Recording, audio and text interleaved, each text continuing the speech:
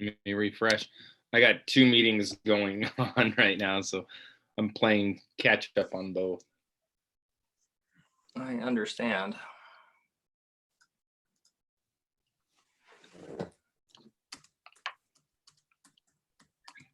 And Tammy's texting me. Childs. All right. So you're All right. pinned, so you're coming through. Now let's see what happens when. All right, so I'm gonna go over to your link. I'm gonna refresh. And that I should be able to see a live link on your screen, right?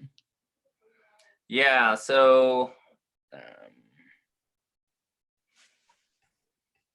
on the link that I had,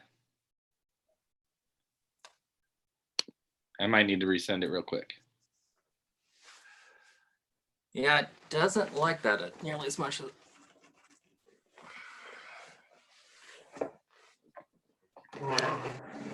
Because I see the link on the top that says view stream on. I'm gonna copy the link quick and test it just to see if it's the same. Yeah, that's a different link. Okay. So can we keep this link and just stay streaming live for now? Yeah, I guess so. And then as the host, you have the ability to turn on a waiting room under the security settings on the left side of where it says manage participants. Yep. Would you be able to enable that until like 5 minutes before maybe? And then we can just turn that off and everybody will automatically be entered into the room. All right. And that way nobody comes in during our testing and starts talking and having a conversation or can see. Well, wait, never mind, because we're streaming it on YouTube. Yeah, I thought that was our general thought. Yeah. Okay, so I need to go in and I need to resend the link to everybody. For YouTube? Yep. Okay. The different link. So I'll go do that real quick. Okay. But what I'm going to do is I just want to see it quick. Yeah, so it starts talking and having a conversation or can see. Well, wait, never mind, because we're streaming it on YouTube. Yeah. Okay. So it does show up if we keep it like it is. That's going to start getting. Well, as we get more people, though, that's going to get interesting, right? If it's on YouTube, it's not going to matter because people can't see it. It might be more difficult to see your screen if you pin me. Because did you go look on the YouTube live page? Yeah, I'm looking at the YouTube live, and it's just it's switching right now based off of speaker. Yeah. And she'll have the ASL interpreter. She won't be there. Okay. And well, she will be there, but she's not going to be talking. So it's only going to be your speaker. She'll be muted. Okay. And the cart captioner, she's just going to be in the background. She won't do anything. She's going to be on a different link that people can have access to that I already gave them access to. So it's really just about seeing your screen. Okay. And the ASL interpreter next to you. So it should work out well. I'm just curious if there's a way to adjust the size of the... If you're looking at the YouTube stream right now, yeah. I don't think the interpreter is going to show up because it's just switching.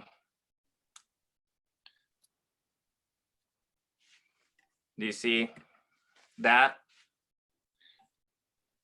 How it's switching from the interpreter to you with the green? So because you have me pinned, we're side by side. On YouTube? Yeah. That's not what I'm seeing. So right now I only see myself. Right. And now I just see you. Okay. And so then if you pinned me again. Okay. Now I just see me. But wait, let's give it a second because there's a delay. Yeah, we've seen it up to like 23 seconds. So right now you're still pinned on my view.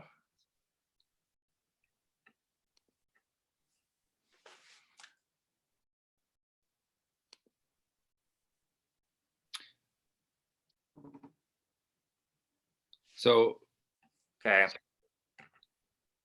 right now I see us next to each other side by side. There is Yeah. a delay And on the interpreter. And I don't see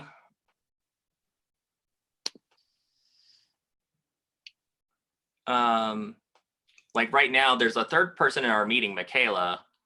So okay. Right now I see us next to each other side by side.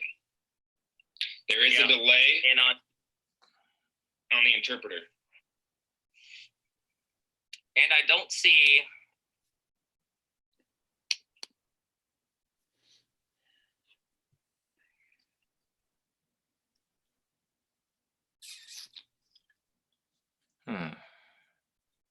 So that delay for the interpreter is going to cause a problem for interpretation.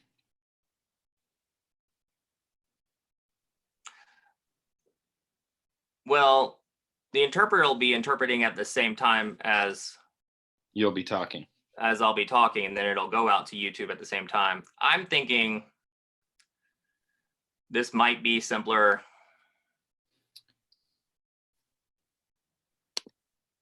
I'm just going to need to share my screen. I was hoping I could do it like this, but I think you're not going to show up consistently, or the interpreter's not. What are you thinking? I'm seeing how many people we have registered as of right now. Because Erin's also going to be on there.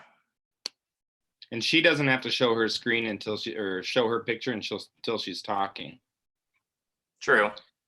So we have 226 people signed up. So if we wanted to, we could just mute everybody upon entry and just use the Zoom platform. Let's do that. And then that we might can just be easier. And then we'll we can stream it out to YouTube for fun. Then if you wanted to, like, you can hide video participants, non-video. So now what I see on Zoom is just you and me. And then you can keep your screen. Where's that feature? You don't, let's see. So for you under the admin side, it would be, if you click on the person, there's 3 dots that show up in the right-hand corner of their picture. If you kind of hover over it, you see mute, and then the 3 dots. If you click that, you can say hide non-video participants. Oh, that's handy. Yeah. All right. Or on the top, there might be something that says like a total of 2 non-video participants that you can have. Okay. And then show or turn them off. That'll work for now. And so if we wanted, what we'd want to do is, hi, Erin. What we'd want to do is make sure we pin the ASL interpreter, or I can pin the ASL interpreter. You don't need to worry about anything because anybody who requires it would pin the interpreter. Okay. And then you can show your screen like that because it would be side by side. And I think you'll be all right if you did that. Okay. But I got to resend. Do we want to use the Zoom link then? Turn that off, please. Yeah, let's use the Zoom link as an option for people as well. That sounds easy. If we've only got 226, then they can all be in here. Yep, and we can just mute everybody upon entry. Okay.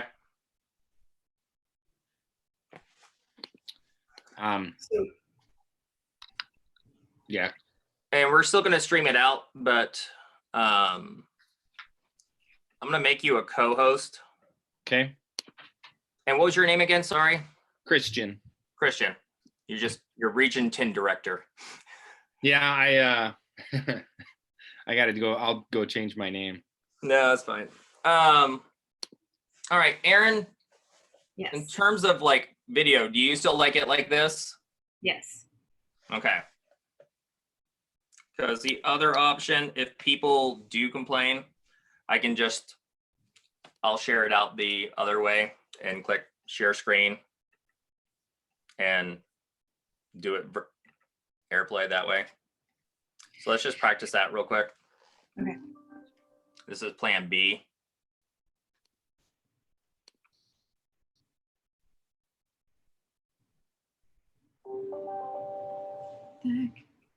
Okay, so that's what plan B looks like. Yep. And that's fine too. It just seems like you lose me for plan B, right? You do. And then, and we won't be able to see you at all because we'll have the interpreter pinned. So you're not going to be on there at all. Right. Which,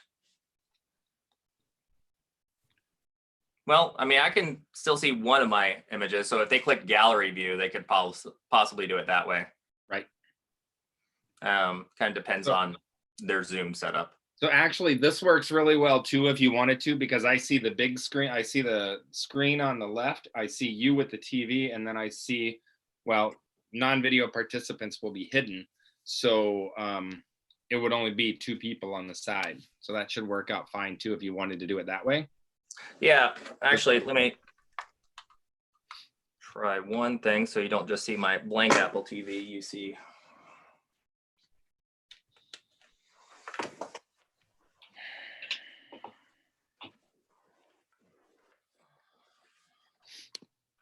So how many people are registered? 230 right now. We just had 4 more people register. Wow. And I gotta set up build preview templates. I need to let them know that there's a new link.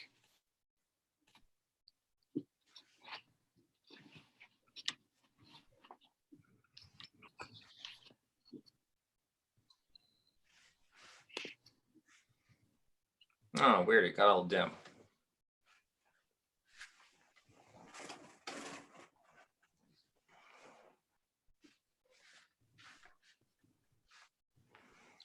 Oh,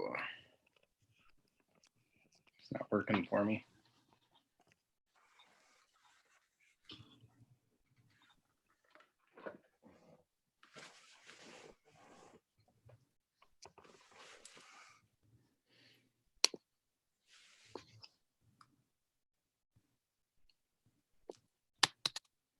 That's a little dim, isn't it, Aaron? Hold on one second. I'm going to go back. I'm on the YouTube. Where did I just hide you to? Aaron has too many things open. Aaron's a lot like Christian. Yeah, no, I get it, guys. I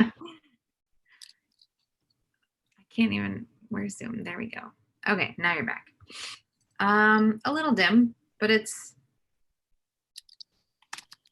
manageable.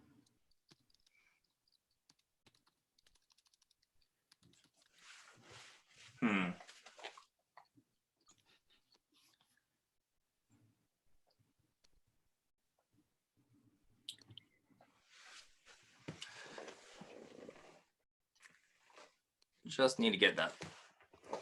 I've got it on auto exposure right now, which isn't helping my case.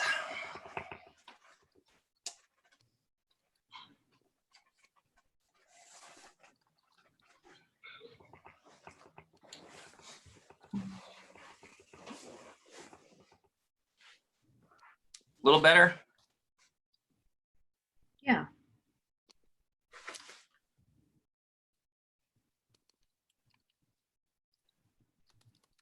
Yeah, it is. Okay.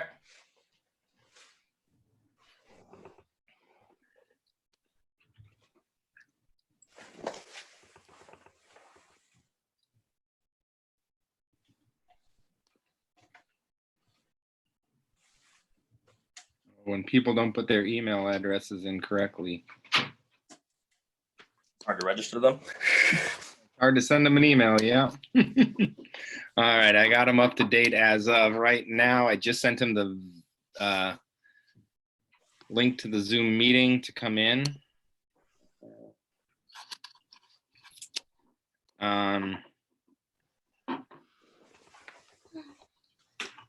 Let's see.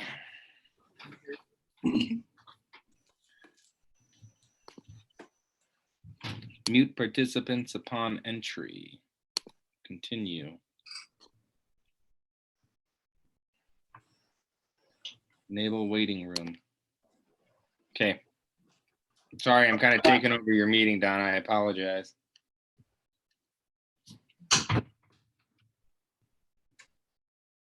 He doesn't mind. It's nice to have the support. I'll just speak for him.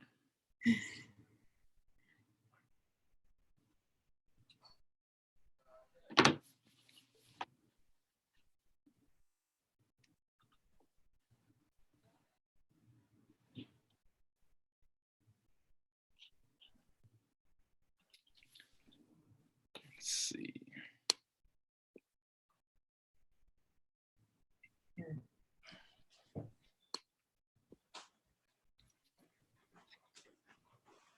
Oh, look, one person already wanting to come in. We're gonna wait on that.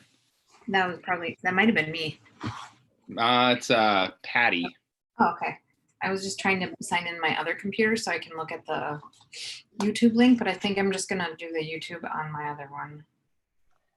Quick question. When this begins, I need to leave the Zoom meeting. Is that correct, Dawn? You can actually say in the Zoom meeting, we don't have that many people.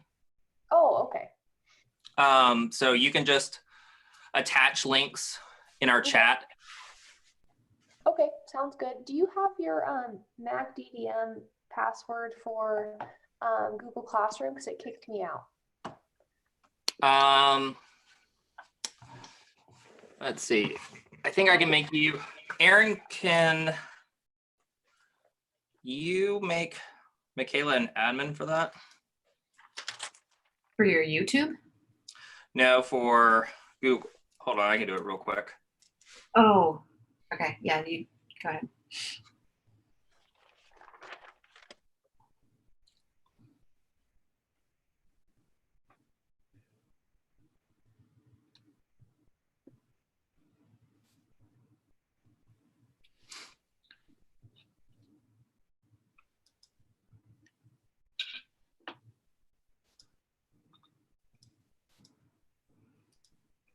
And also, if you have a second, Dawn, can you send me the description so I can post it in the chat? Yeah. Okay, thank you. All right, I'm making you a teacher in there now. Should I look at that in my like email? Yeah, sorry, what's your non-WSU email? It's MYKIANG@hotmail. ANG Yep. at Hotmail. Yep. All right, just invited you. All right, thanks. And then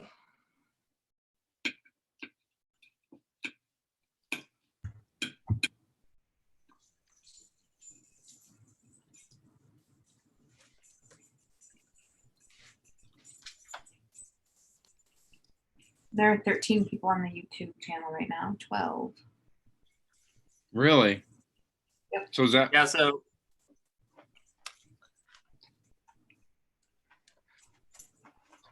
It's weird because it wasn't streaming earlier. It is.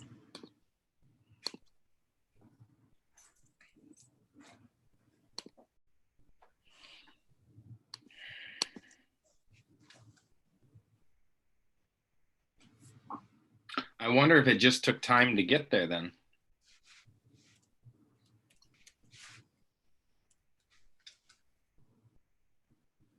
So we might have people in both down today. I'm sorry. okay. Michaela, will you help us monitor the chat over there? Also, Michaela, in the chat in YouTube, you can tell them to come to this meeting, You mean Zoom meeting? the Zoom meeting. Okay, so all If right.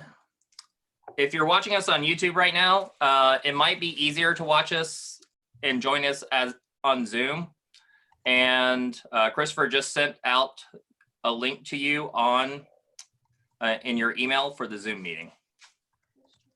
Just sent you. Okay, sounds good. Holly, I just admitted you, Schneider. I'm thinking with the way that you spelled your name and the information I had that you're the captioner. Is that correct? Yes. Okay, thank you. So I'm gonna go ahead and let everybody in, Don. I'm gonna hide myself because I won't be there. Okay. I'm gonna stop my video. I'm gonna hide non-video participants and I'm gonna let everybody in. And I'll be here, but I'll be right back. Okay.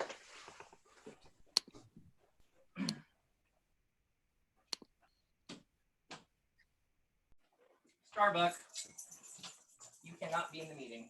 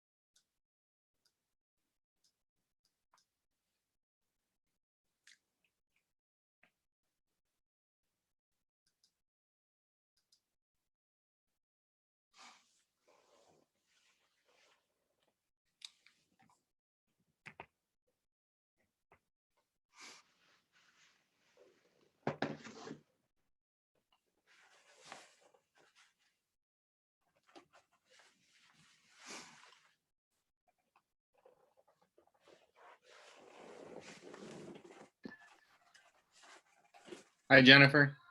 Hello, how are you? Good, yourself? Doing good, doing good.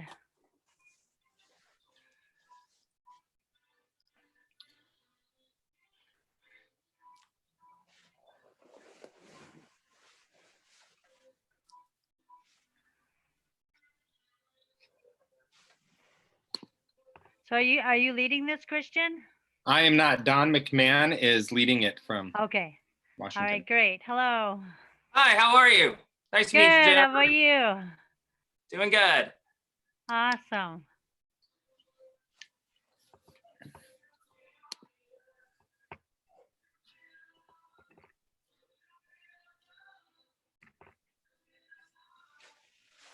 Okay. So I don't need participants. Get my coffee cup out of the way.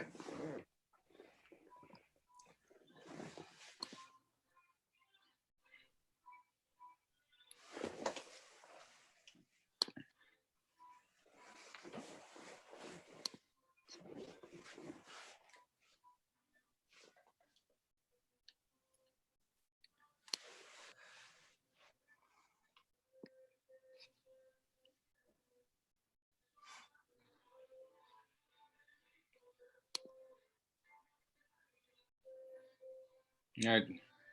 For all participants, would you mind going ahead and muting your cameras so that you can just see Jennifer, Don, and Aaron, please. Thank you. I'm definitely going to steal the term muting your camera from now on. All right, class, please mute your cameras. It works. It's like muting the mic, right? Yeah, that's so. I don't know, muting your camera just, it sounds so much cooler, I think. So I like it.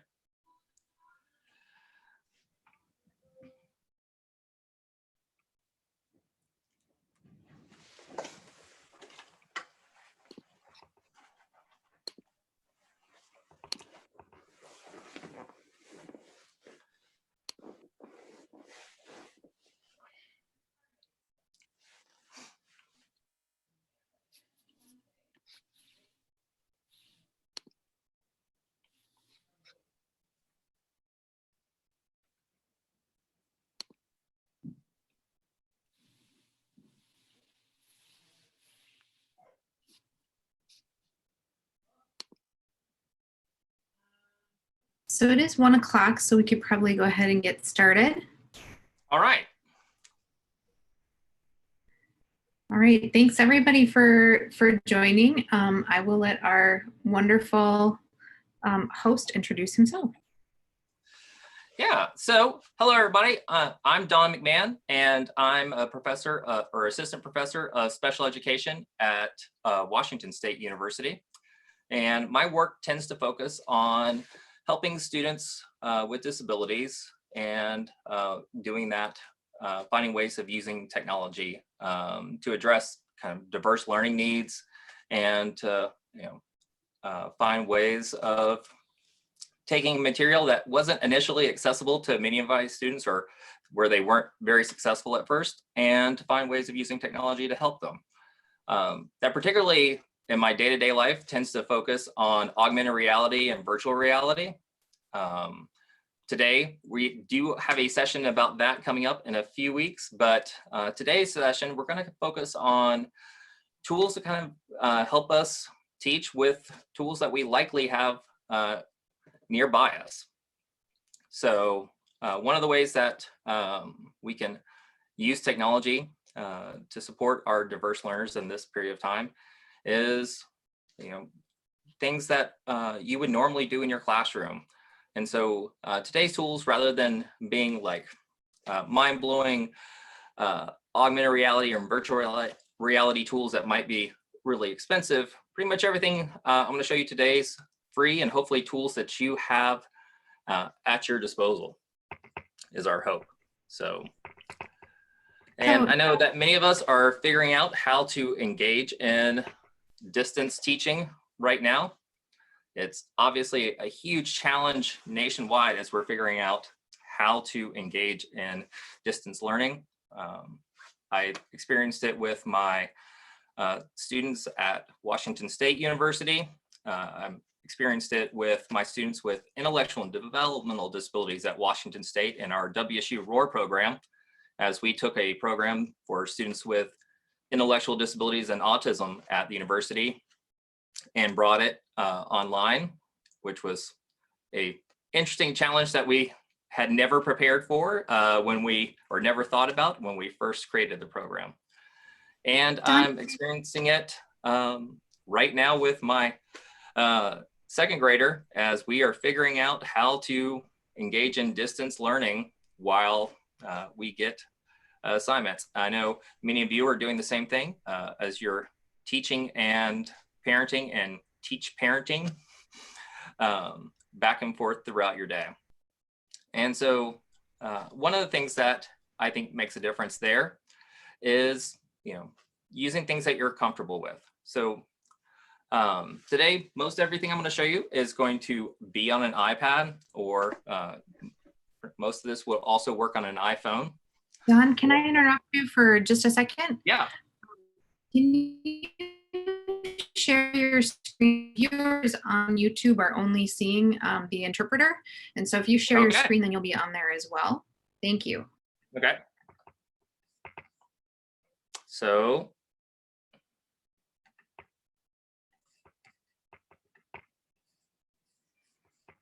what are you getting now? So now if you can put on there, and if everybody who's watching on either or on YouTube, if you could make sure that you have the gallery view, then you're able to see speakers along with the shared screen. So we can see that shared screen. 1 second, Aaron. All right, so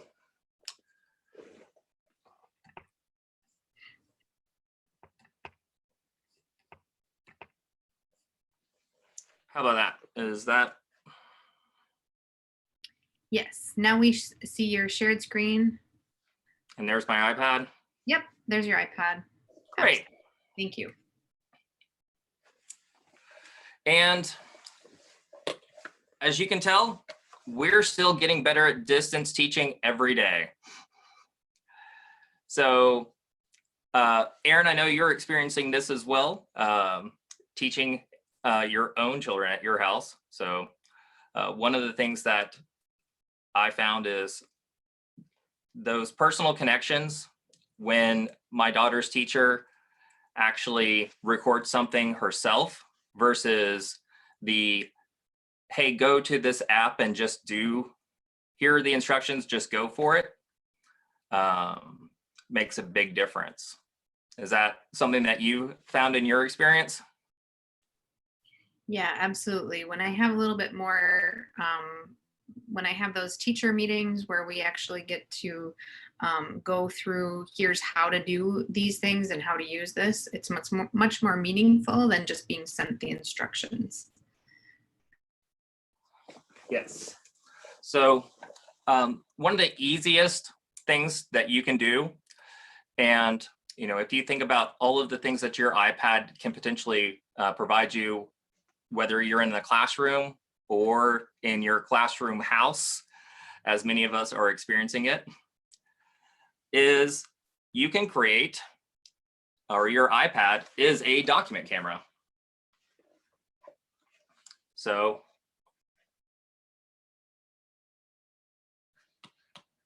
you all know my passcode now. Of course, I've never had my document camera act that way. So let's try. Don, do you have, I'm just curious if you have the gallery view on yours for the Zoom meeting? Because when I'm sharing, it's really hard to do gallery view. Okay. So what are you seeing there?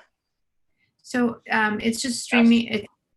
We see your screen and we see Jennifer, the interpreter, which is fine. Okay. But for the people watching on YouTube, they can't see anybody else. So. Okay. That's probably as good as they're going to get for the YouTube streaming, as long as we're screen sharing. They could also join us on Zoom if that's easier. So do you want me to log off? This is the interpreter speaking. Do you want me to log off of Zoom? Maybe it's hijacking your system. You want me to disconnect and reconnect again? No, I think we're okay. You're okay? Okay. All right. So right now, instead of having to have a, let's say, $200 to $300 document camera like an Elmo, I've got a really nice document camera. One of the things I use is this adorable little stand here. As you can see, I got this on Amazon for about $12. And I use that as my document camera and teach from that pretty frequently. And so that's an easy way that you can use. If I get my screen on here, it'll be less black. Hold on.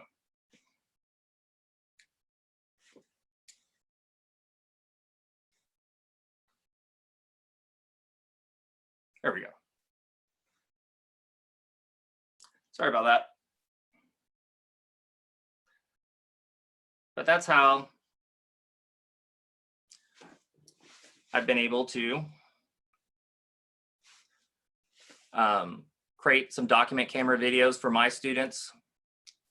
And, if you were trying to explain, let's say, a chemistry lab or an experiment that you've managed to teach at your house, or maybe something a little bit more functional. Let's say how to complete a recipe. Many of our students are working on functional skills. You've got the best video modeling tool out there in your smartphone of whatever brand it is, that you can create your own quick video models to help support your students in this time. And there's that really incredible part where you're the actual teacher in there, and you can also have your students start creating some of these videos where they can see how to and demonstrate their content knowledge. All right, my next really top 10 favorite tools here is Show Me.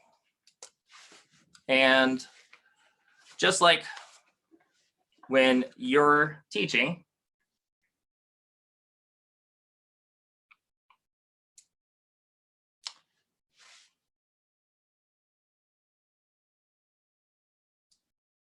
it's acting kind of odd with that. So I'm going to forget that having it behind me, and we're just going to go the easy way.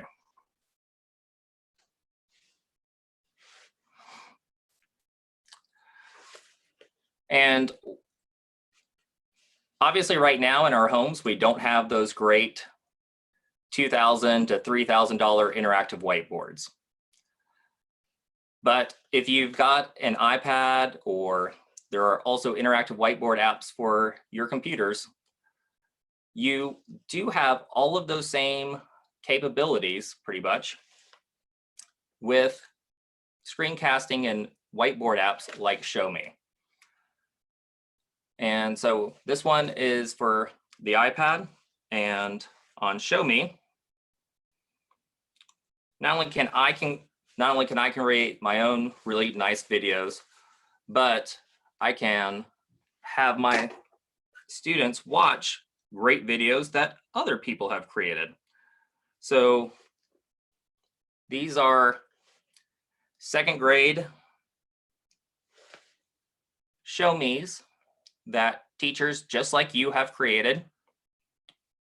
And so I could watch this Show Me explaining how to measure things. And I didn't have to create it, and it's already available free content out there. And I can watch this Show Me, and then I can share it with my class and give them the link so they can watch it on their own devices. And I can create my own, because there is an incredible value to creating your own content for your students, because they're excited to hear your voices. They miss you, Miss Erin. So in this Show Me, I'm going to explain the water cycle. And I'm going to click record up there. All right, class, today we are going to learn about the water cycle. And I know many of you are great artists, but Mr. Don is not a great artist, so don't make fun of me, class. I can't handle it. It'll hurt my feelings. So here, we've got the sun. Hopefully everyone in our audience knows the water cycle. The sun heats up the water, and the little bits of water vapor go up into the sky and form clouds. And then clouds form big drops of rain, and it rains. And that rain becomes a river and makes its way into the ocean. And that is the start of our water cycle. Water heats up from large bodies of water, goes up and evaporates, becomes into the clouds, becomes rain, and then eventually makes its way back into the ocean. Creating these videos, this one is not terribly long, 1 minute and 16 seconds. You'd probably want to spend a little bit more time on it, and I hope that you're all better artists than I am. But you can use this to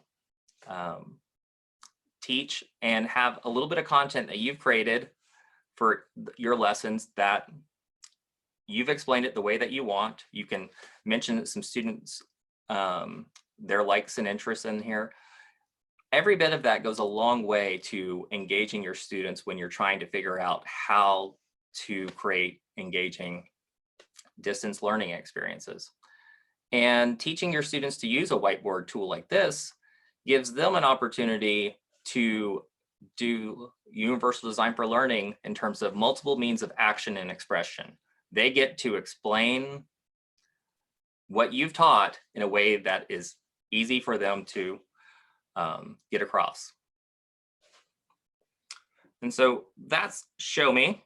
I'm going to discard my incredible artwork here. And pull up in another fun example of an interactive whiteboard app. This one's Doceri. It's available on iPads and on computers. And I think Michaela there in our chat will drop some links and some PDFs to both of these for us. And Doceri is a little different than our last one in that it allows us a few fancier options. I can change the background, can make it just a standard whiteboard, but you've got a lot of fun backgrounds just like you do with your smart board in your classroom. But here you get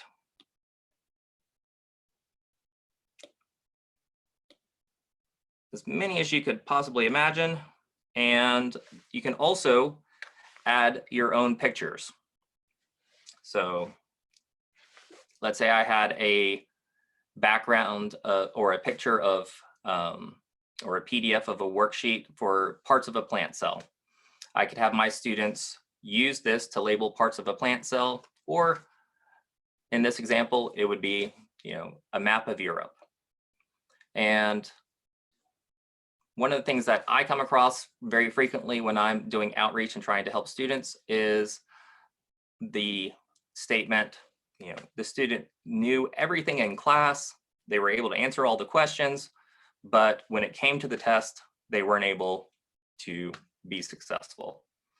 And Aaron, I know you come across this as well. It's the kind of classic experience of our students being successful as we teach them, and then things breaking down in terms of assessment. Yeah, is it really important for them to be able to give this to you in a written report, or is it okay if they share that knowledge with you in an oral report, or even more fun, recording it in their own app on their iPad? Yeah, because if I'm a student who's reading 2 to 3 grade levels behind, which has been pretty common for many of my students, and I'm in 8th grade, that 8th grade test, even read aloud, might be a little bit of a challenge. When we started looking into reading levels of 8th grade tests, one of the things we found is not all 8th grade tests are written at the 8th grade level or lower. There are plenty of them that if you do a readability test in Word under using Fletch Kincaid, it will rank in the 10 to 11 grade. And that's a pretty bad kick in the knees there. If I'm reading 2 or 3 grade levels behind, and then the test is 2 grade levels higher than the grade that I'm in, that's a big challenge. So as we're creating assessments, one of the things that we can do is think about how many different ways can we choose to measure this, and are there some ways that we can be flexible? Because if I'm interested in teaching, let's say, world history or social studies, I'm still going to want my student to be able to write 2 to 3 paragraphs, but I experience, or I had many students that experience a whole lot of anxiety when it comes to writing, though I experience some anxiety dealing with writing sometimes myself.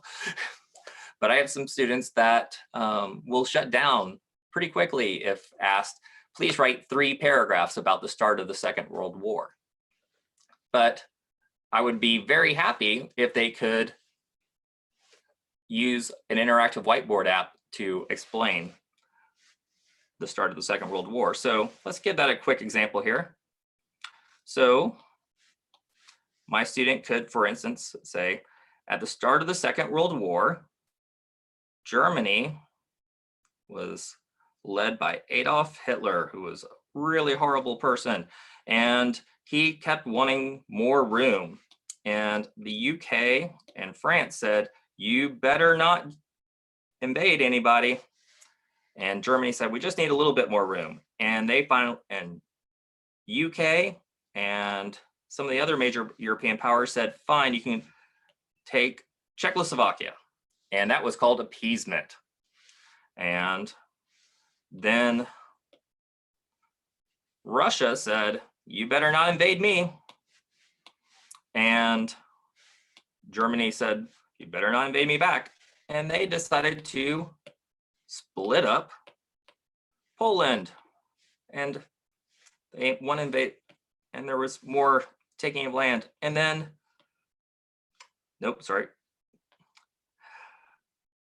Then the UK and France and many other powers declared war, and then they were fighting.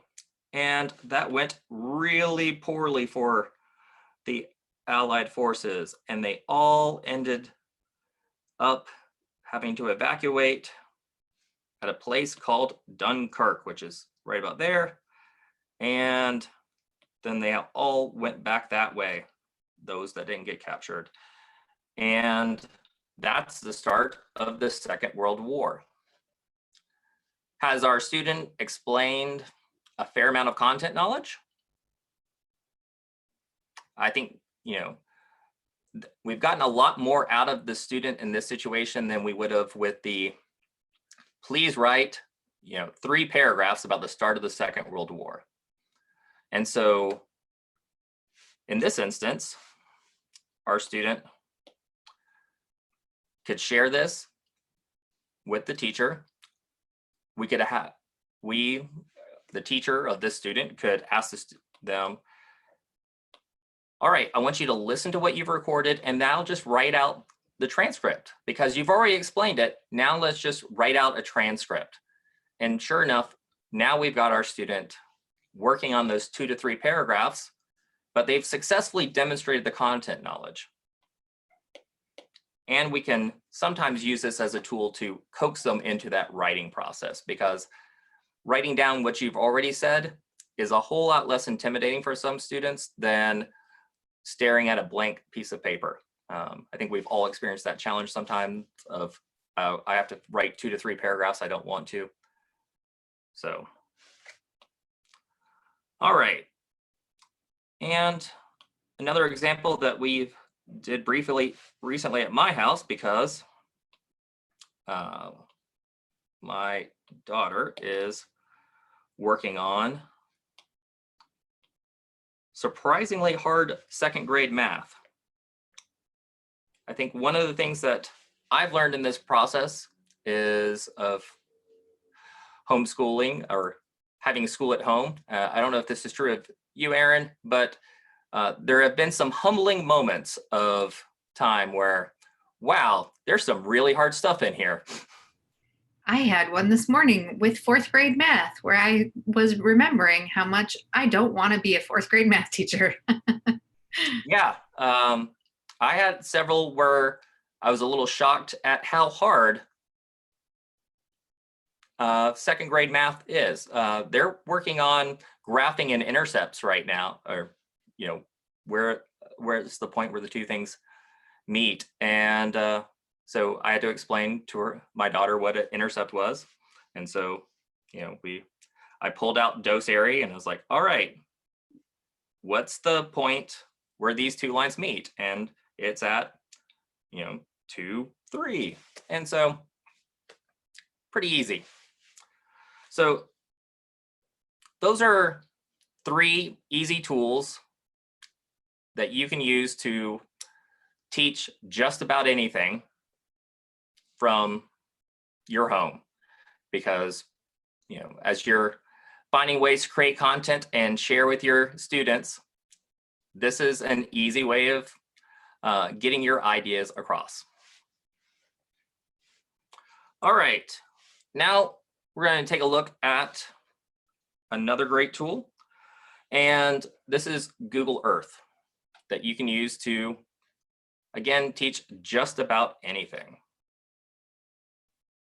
So I'm going to stop sharing that screen and share this one with you.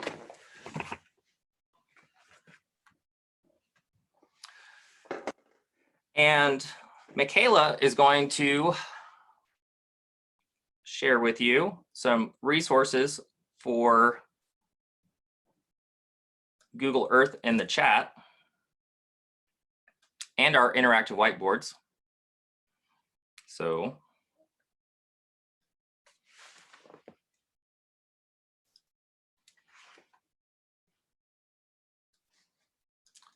all right. So here's Google Earth.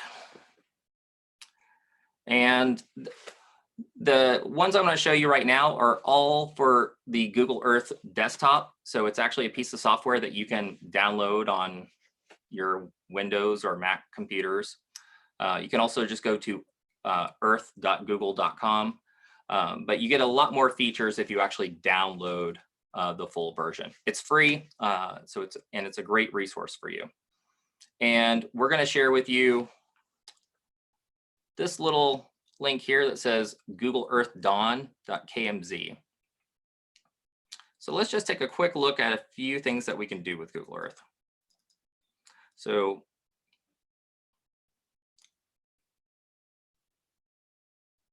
one of the things I like to point out is whatever we're teaching, it probably happened on planet Earth, most of it, or we can relate it to something in Google Earth. And so here, this is Mount St. Helens, and I can check out all of this 3D imagery. I can also have my students label things. So I'm making a little pin here, Mount St. Helens.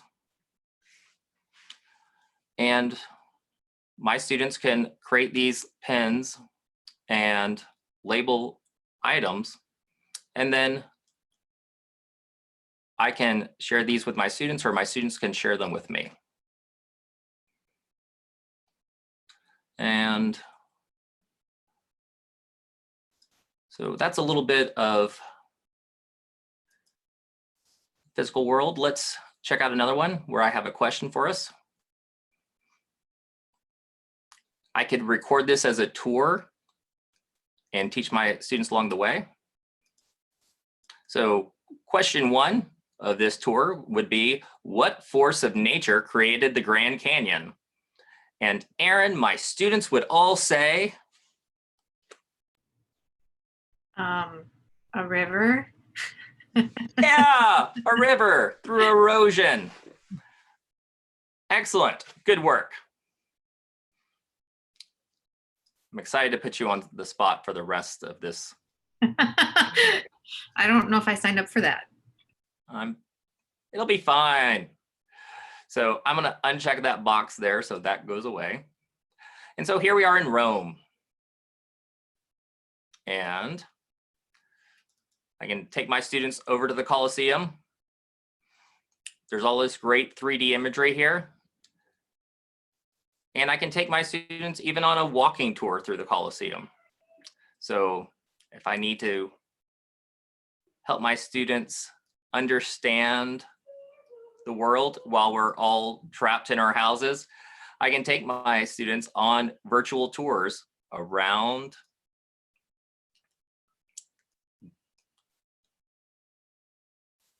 the world here and give them the opportunity to check out all of this incredible imagery someone's walked through here or driven through it with the Herbie the Lug Bug Google Street View car. I think that's a fun image of the student of that happening. Not only did they drive the Herbie the Love Bug car through places like the Coliseum, they've also done it through a lot of museums and historical sites. And so somehow that little Street View car drove through Versailles in France. And so if I wanted to teach about Versailles in my history class, I have my students create a report or an experience here in Versailles where they can check out all of the incredible imagery inside these museums. There's one for the Louvre. There's dozens of different ones out there. And to get out of that, I just click Exit Street View, which is helpful.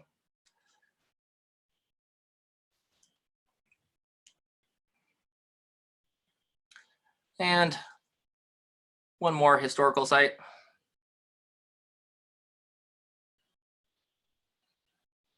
So it's taking a second to load because it's a kind of a big file.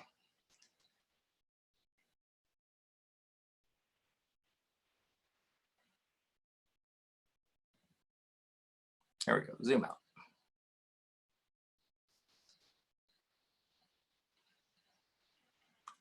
So here we are in Athens. And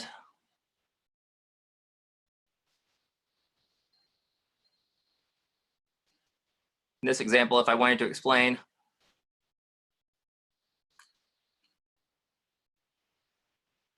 how this building lost its roof, you might think that it was since it's a terribly old building, it eventually collapsed, but nope.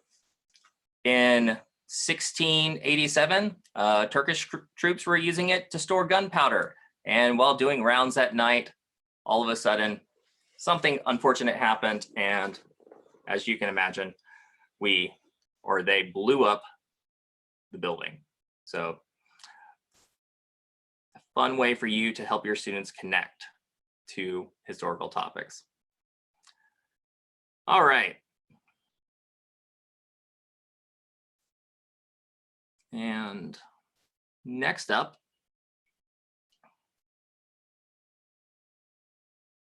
so let's look at some for language arts.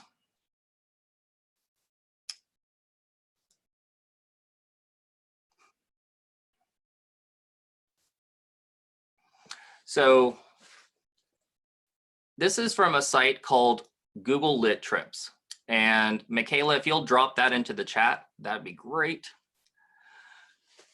Google Lit Trips is a website where educators just like you and me have put together Google Earth files for things like really common books like Make Way for Ducklings.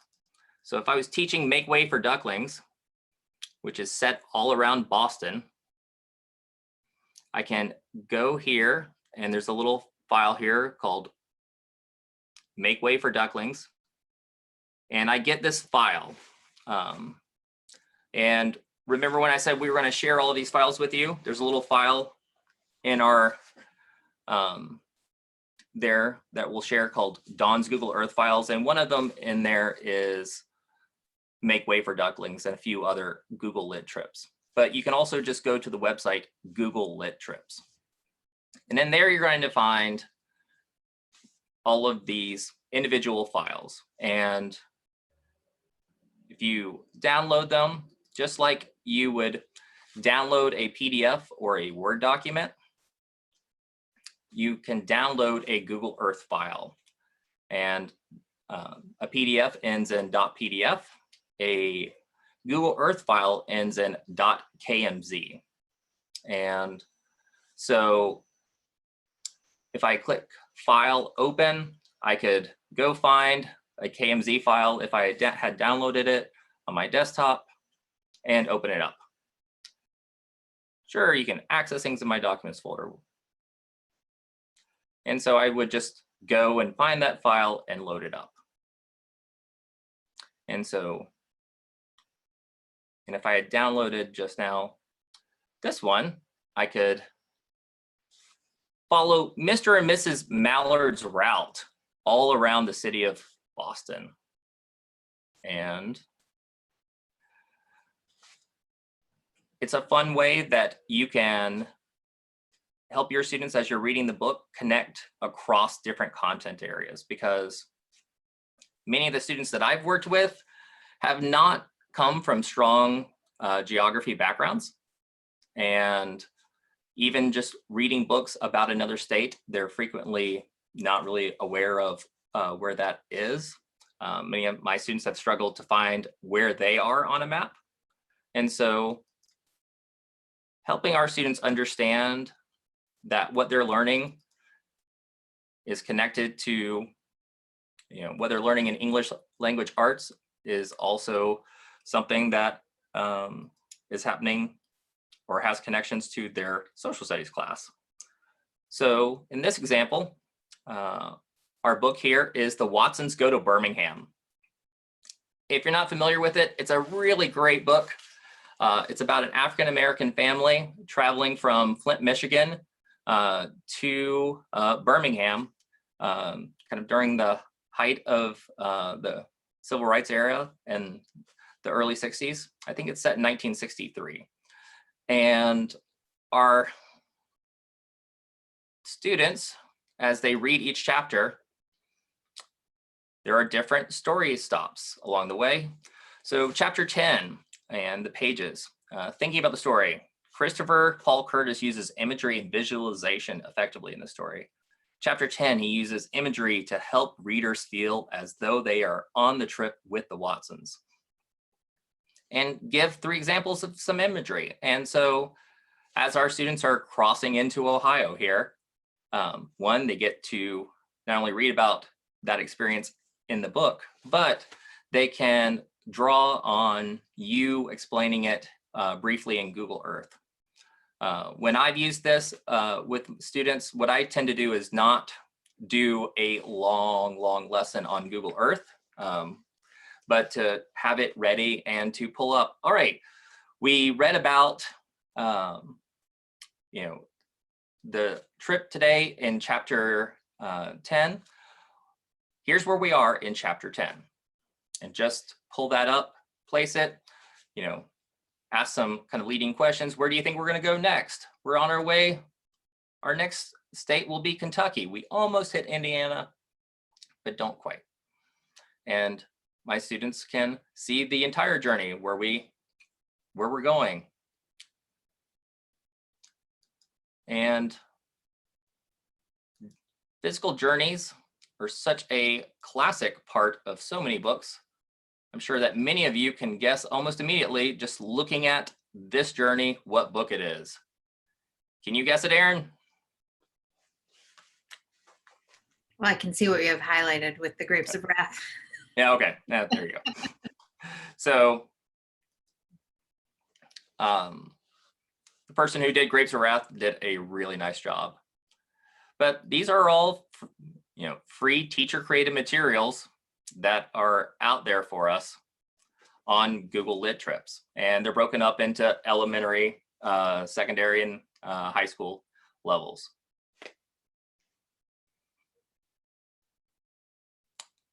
All right, let's look at some social studies examples.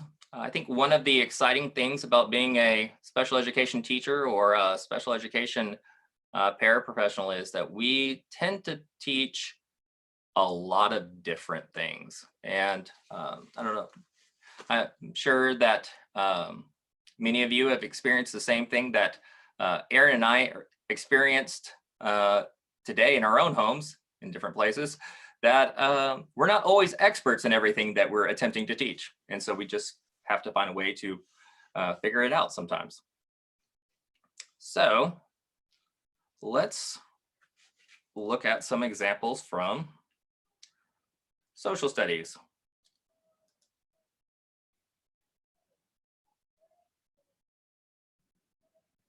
So here's one on the American Revolution, though I do need to, you can see there that how the grapes of wrath is still highlighted. And so I can click through this American Revolution kind of tour of important historical sites. Boston again. And this person, when they created them, had links to, you know, many of you might have United Streaming, but you could add links to your own, to different YouTube videos or other resources in here. But this person created these little place marks, just like I can create one. I'll create another one real quick. So if, for example, I could add a link to a YouTube or add an image like they did of the outhouse in the Watsons Go to Birmingham. So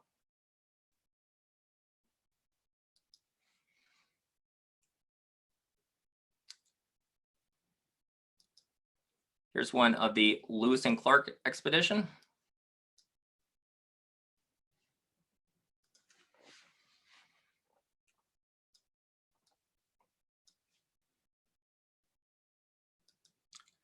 And this one is called Rumsey Historical Maps.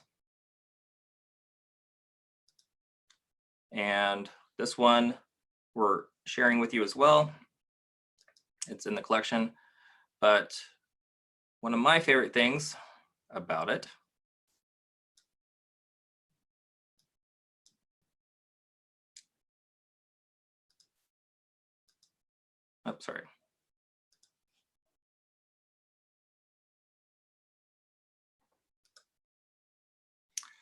is that I can overlay historical maps in Google Earth and create, you know, if I was talking about the early history of the United States, really nice to actually be able to overlay that map. And there are many hundreds of different ones out here of the United States at different times or other countries. And so they're organized by world and continents there. And so over here on the left is where you can see that I have this menu. This is one of the things you don't get to the same kind of ability to control things with just the web version. And that's why I suggested that you download the actual desktop version. And so this one is Rome in 3D.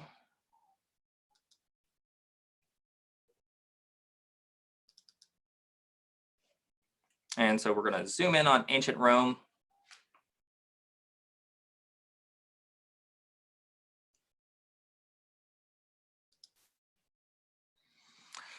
And what's happening now is, it's going to take it a second to load up, but it's going to show us what Rome actually looked like 2,000 years ago. And so if you were teaching something along those lines in Roman history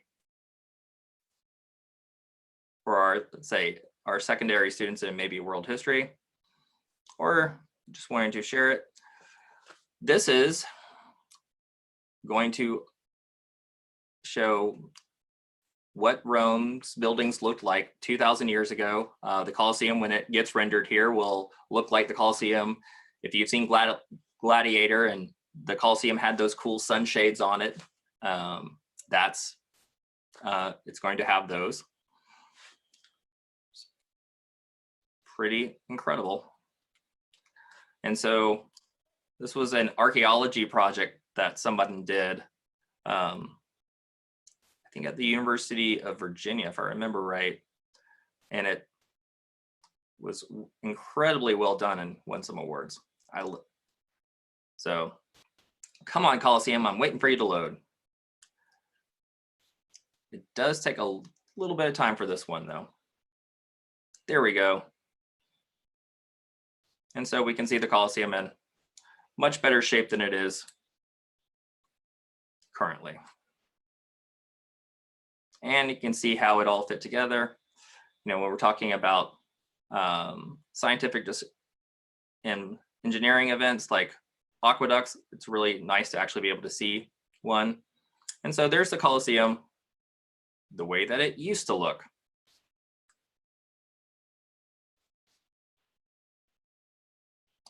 Let's look at a few science ones briefly. And so we've got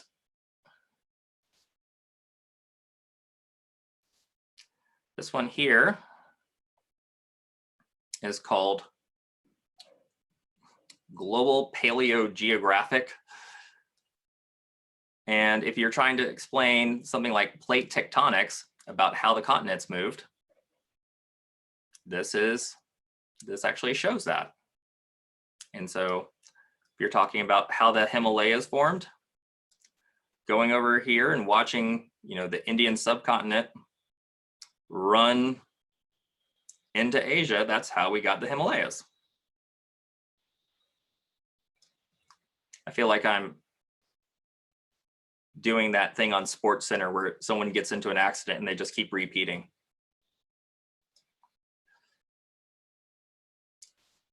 Earth's greatest bloopers. So here's one for the Boxing Day tsunami. So the 2004 Boxing Day tsunami is here. And it is a whole collection of individual data points that you can click through. And so here's the source event, and then all of the additional earthquakes that happened from that one earth break there. Here's one on climate change. And so one of the things I found with my students is they are not all excited about science in the same way that I am. And they have differing views on evidence sometimes about things like climate change. And so in this one here, we can look at historical imagery.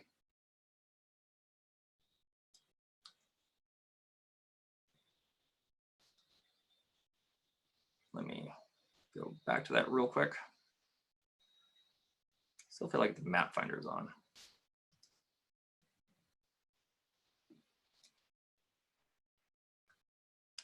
And so here that purple line is where the ice is supposed to be. And as we go through the 90s, 2000s, late 2000s, things are not looking good for the ice. And so, you know, whether or not people caused the ice to go away, that's a reasonable thing my students can choose to debate, but we could all definitely agree there's less ice than there used to be.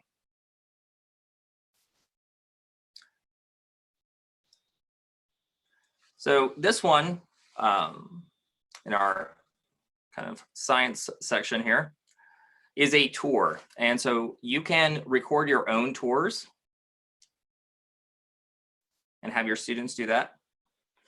This tour is about Mali is home to the northernmost elephants in Africa. They once ranged from the coastal waters of Guinea to the Nile River in Egypt. There are roughly 500 of these Sahelian desert elephants living in an area called the Gourma.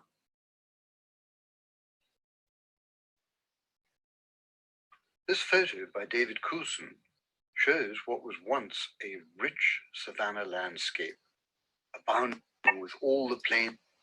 So I like this one because it's a nice example of what you can do by creating your own tour. You just start recording it. You have your links, your little checkpoints here along the way already created for you, and you just record yourself talking through the tour, asking your students questions or explaining whatever you have found here to them. And so I want to leave some time for questions, but let's look at a math example. So this one, just as we were talking about Google Lit trips, there's a site called Real World Math. And Michaela, if you'll drop that into the chat, that would be great. And on Real World Math, not Real World Chat, I'm sure that's a different thing. On Real World Math, educators, again, just like you and me, have created their own Google files, Google Earth files, to teach a ton of subjects. And so they're, again, broken up into elementary, middle, and high school. This one is one on a search and rescue activity. And so in this one, our students have to engage in some problem solving. So this is a fun example of math project-based learning. And I'm going to turn off weather right now because it's cloudy over Guam. And so you can also see over here, I have weather clicked, and that, since it's going to show me the weather of wherever I am, it had clouds over Guam. But in this example from Real World Math, which I don't know why I struggle to say that really fast, this is a search and rescue situation. So there is a sailboat that has gone missing. That's its last known position. And we have 2 search areas. And each team, you can break it up into teams, or you could have students do it individually. But the search area 1 has a boat and a helicopter. And you have to figure out what search strategy they're going to use for this area. You have to figure out what is the area of this space for search area 1. And this is search area 2, and it also has a boat and a helicopter. And you have to figure out the area of this irregular space. And so we've got a project-based learning activity that helps students understand why they're engaging in this math activity of finding an irregular shape, because they have a practical solution or practical problem that they need to find a solution to. And so I really think Real World Math is a great resource for us. Here's one on world oil consumption. So I bet Guam is not the world's leading consumer of oil, but I imagine that we are well represented there. And some other places. Europe, pretty good on the consumption side as well. So this one's using Google Earth to help explain a graphing situation. And then down here, we have a variety of different layers that you can turn on. You saw a second ago, I turned on weather. One of the things I like about the weather layer is it's a fun opportunity for circle time. And so let's go over to Minnesota. Pretty clear day over there.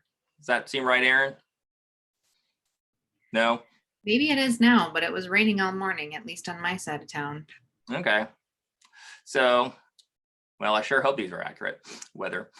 But this is a good opportunity to bring Google Earth into your morning circle time and say, all right, our weather today is going to be, 68 and partly cloudy. There's also a really nice layer here called oceans, and global awareness are both really great ones. But if you're teaching science, oceans is great because it'll tell you areas where, there are identified issues like dead zones. And there are many examples of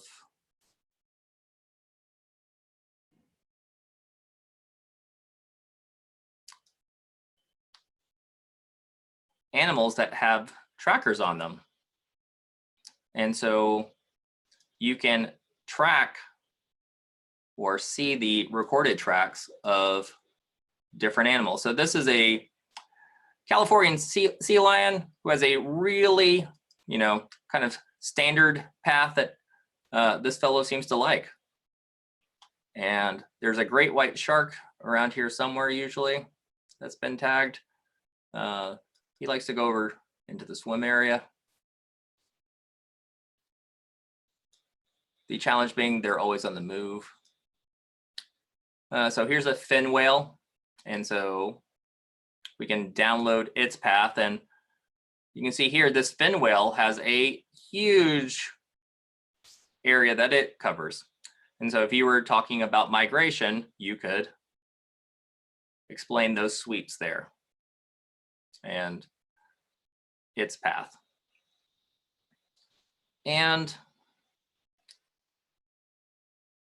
hopefully you've seen a few things here in Google Earth that you didn't know about before.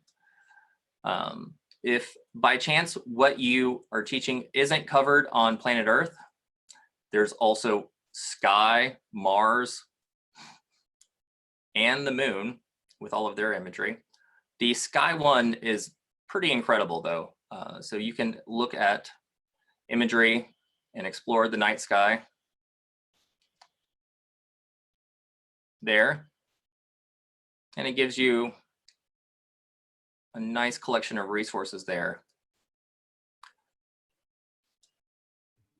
Don, there was a question about, are some of these resources kind of broken up by, what lessons would be good for different age groups? Yeah, so both Google Lit Trips and Real World Math provide that type of structure where they're broken out. For mine, right there in that KMZ files that I'm sharing, I have samples there more in terms of subject areas broadly. So for like English language arts, I have elementary with the Make Way for Ducklings and Grapes of Wrath. I'm hoping that no one's being expected to read that in elementary school. So mine aren't necessarily arranged that way, but the two larger providers of resources, Google Lit Trips and Real World Math are. My other favorite place to find resources for teachers using Google Earth is to just search for what's available on things like Pinterest and look for like Google Earth for educator communities. I continue to find incredible things there all the time.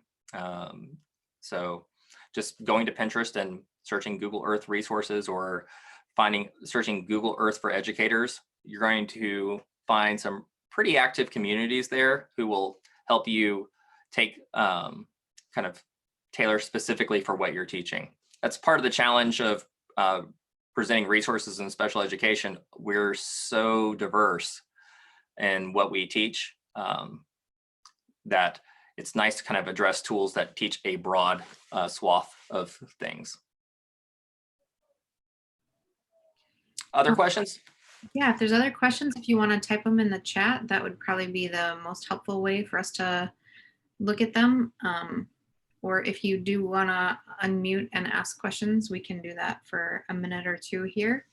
But I just wanted to say also we are at 1:58, so we just have a couple minutes left because we were planning on 1 to 2 today.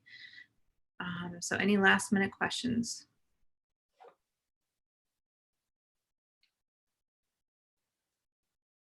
Oh, right. There was a question about your stand for the iPad. Yeah. Which one that was and where you found it? Yeah. So the easiest way for me to show this right now is I'm just going to go to Amazon.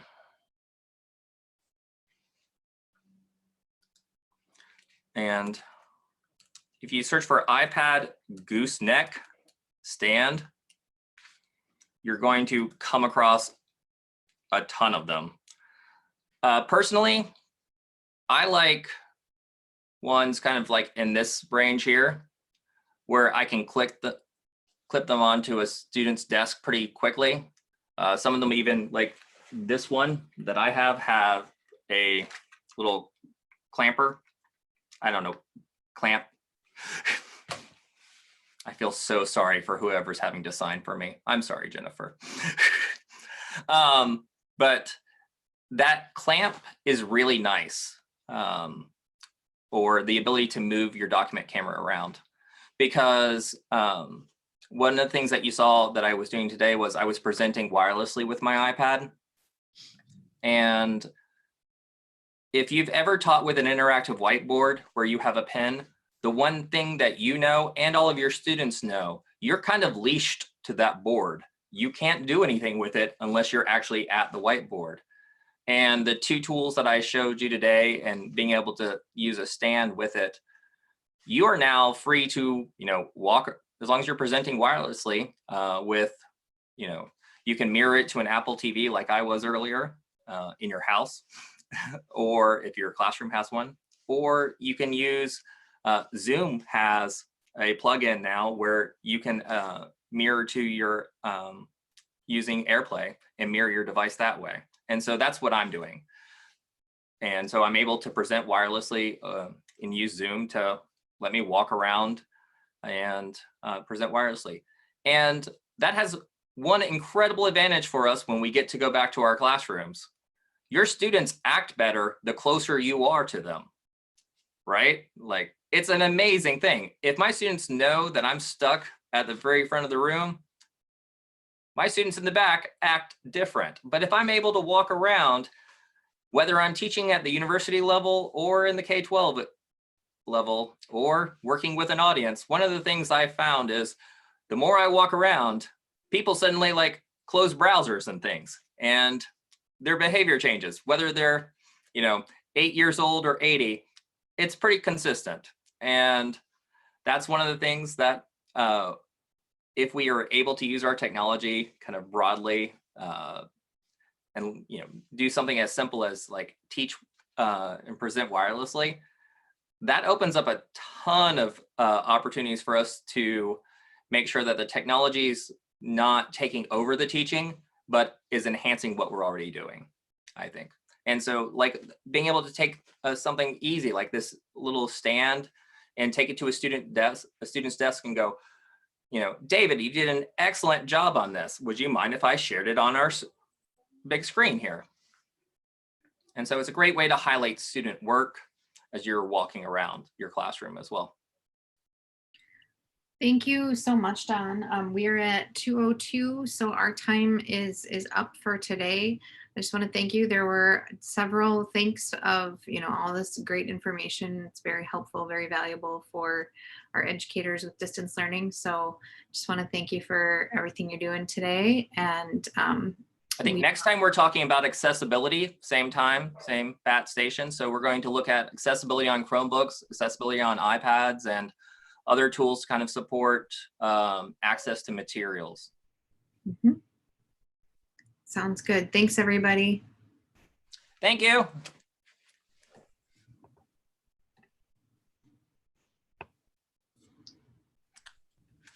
Jennifer, thank you so much. Yes, thank you. Thank you so much. Goodbye. Have a great day. We'll see you next week. All right. All right. Thanks. Thank you. All right. So I'm going to end it. Dawn? Yep. Someone wants to know if there's a recording. Should I just direct them to the YouTube? Yeah, there's a link to our YouTube video. So it's on the Mac DDM channel. So I think, Michaela, you can post that real quick and we'll stay open for that. Okay, perfect, thanks. There might be 30 minutes of dead space in the beginning of that, sorry. There, I posted it. So.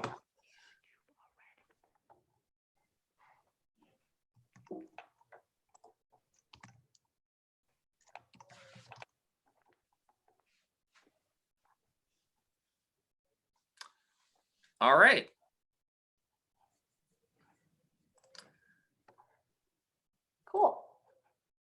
down to 15 participants, so it must be working. Yes. All right. And so we'll see everybody. We'll see hopefully some of you next week, and we'll be covering accessibility features and getting access to tools that will help our students access content. Probably talk a little bit about accommodations for testing in there as well. Perfect. Thank you so much, Don. All right. Bye. Bye.